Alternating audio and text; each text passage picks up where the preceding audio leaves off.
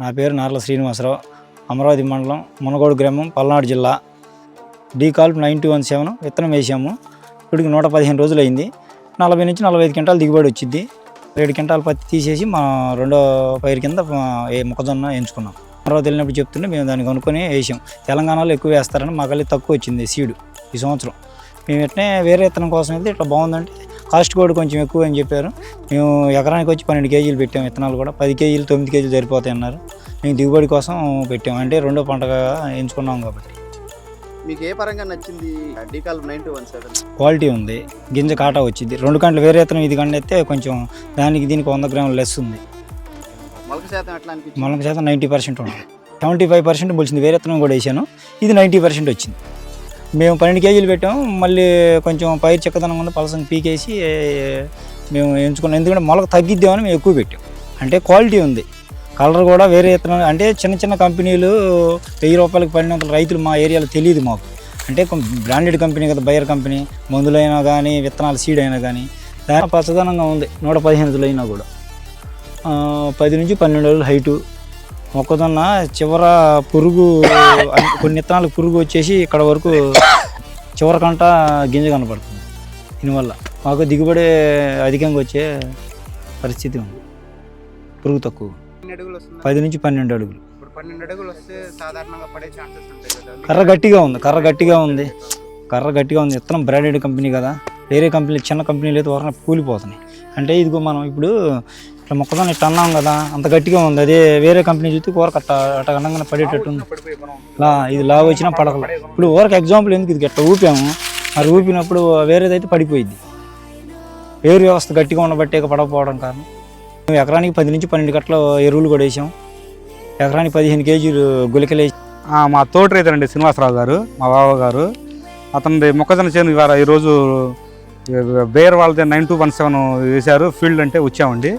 Seed అయితే బాగుంది, బాగా హైట్ పెరిగింది. చేను 10 అడుగులు పెరిగింది. అయినా పడిపోలేదు. మన గాలికి మా వేరే రకాలు పడిపోయినాయి, ఇది పడిపోలేదు. మాకు కండ కూడా చాలా పొడుగా ఉంది. 40 నుంచి 45 క్వింటాలు వచ్చే దిగుబడి వచ్చే అవకాశాలు చాలా ఉన్నాయి. మంచి కలర్ ఉంది. విత్తనం అయితే వేసుకోదగ్గ విత్తనం. రైతులందరిగా మాకైతే నచ్చింది. మేము అందరికీ 10 మంది చెప్తాం, మేము కూడా వేసుకుంటాం వచ్చే సంవత్సరం. బేర్ వాళ్ళది అది. పురుగు కూడా కొంచెం తక్కువ ఉంది. మా రకాలకు కొంచెం బ్యాక్టీరియా తెగులు వచ్చింది. అప్పుడు మీ బేర్ కంపెనీ ఫెలాజిత్ కొట్టాను నేను అయితే ఆ రకానికి. మా బావగారు అసలు అవన్నీ ఏమి కొట్టే పని కూడా లేదు, మంచిగానే లైన్గా చేసి అయింది. అది అదండి. మొక్కజొన్న చూడటానికి వచ్చామండి. మొక్కజొన్న అయితే మేము పొలం మీద అన్ని ఫీల్డ్ చూస్తూ ఉన్నాం. ఈ చేను మాత్రం మాకు డిఫరెంట్గా అనిపించింది. చేను పంట దిగుబడి కానీ ఏదైనా కానీ. నేనైతే యాక్చువల్గా మొక్కజొన్న చూడటానికే వచ్చా, బాగా చెబుతున్నారని. ఈ చేను దిగుబడిలో అధికంగా వచ్చేటట్టు అన్నిటికన్నా మెరుగ్గా ఉంది. నాకైతే బాగా నచ్చింది విత్తనం. రైతు వేసుకోవచ్చు. మీ పేరు?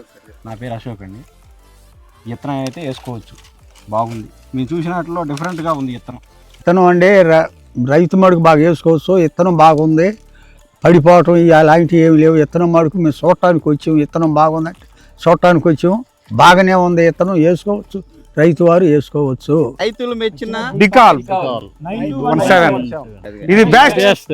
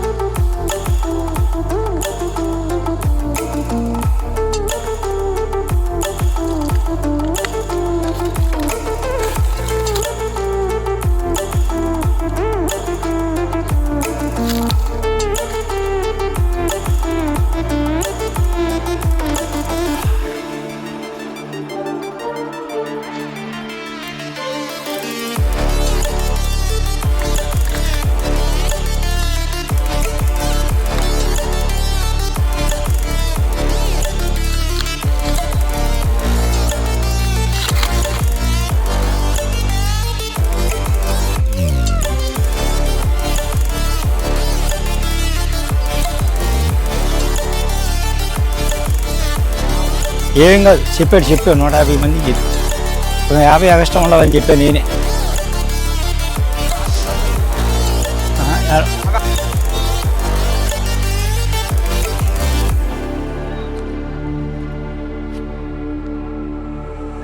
Stranded in the open, dried తర్వాత ఇప్పుడు ప్రపంచవ్యాప్తంగా చూసుకుంటే పేరు కంపెనీ మొక్కజొన్నలో కాపాడు మొక్కజొన్న వ్యాపారం ఇక్కడ జనరల్ గా ఇక్కడ మేము 3 మొక్కలు ఉండాల్సిన చోట 5 మొక్కలు ఉన్నాయి. ఎక్కువ పడతాం. ఎక్కువ పడటం వల్ల ఏమనుకుంటారంటే దానికి వచ్చే కంటే దీనికి వచ్చే కంటే మాకు దిగుబడి ఎలాంటి తేడా రాదండి అని మేము